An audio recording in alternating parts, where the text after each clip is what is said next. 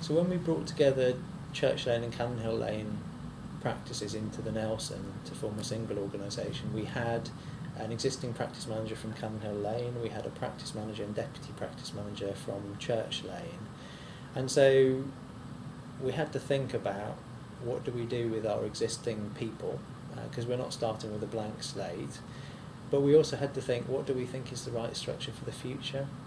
So we had conversations with the managers to really start to think about what did they want to do. How, could we move to a new structure where we didn't expect one person to be doing it all or leading it all? Where were their strengths, and what did they actually want to focus in on?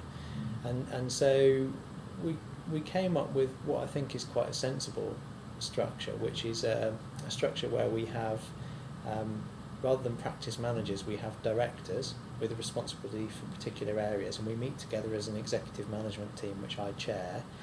We were meeting every week, we now meet fortnightly, and so one of my practice managers became the director of contracts and HR, one became director of finance and IT, one became director of workforce and operations, and that seemed quite a sensible way to divvy it up.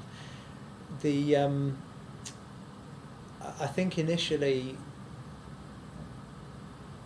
one or two of them were feeling a bit anxious about what this means, because practice managers are used to being in charge and having autonomy and feeling like they're responsible for the organisation, and some of that is great, and you don't want people to lose that sense of leadership and autonomy. At the same time, I also think a lot of practice managers are feeling really burnt out and overwhelmed by the burden of different stuff they have to do.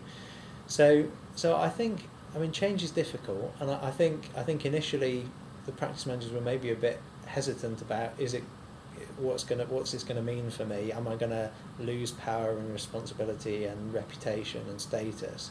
I don't think they feel that now. I mean, I've just done the latest round of appraisals with them.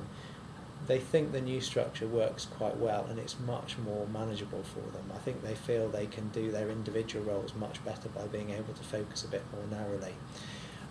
I do think there's a sense of, there will inevitably be a sense of loss through that change, and it's about thinking about what you lose by narrowing down. Well, you lose a sense of being connected in with everyone in the organisation and knowing what everyone's doing. You lose perhaps a sense of status as being the top person, but what you gain is a sense of, I'm not doing this by myself, I'm part of a team. And what we've had to do is create opportunities for those directors to work with people from perhaps areas that they're not directly responsible for, and to create opportunities to connect people from different bits of the organisation together, so they don't feel they're just working in their silo.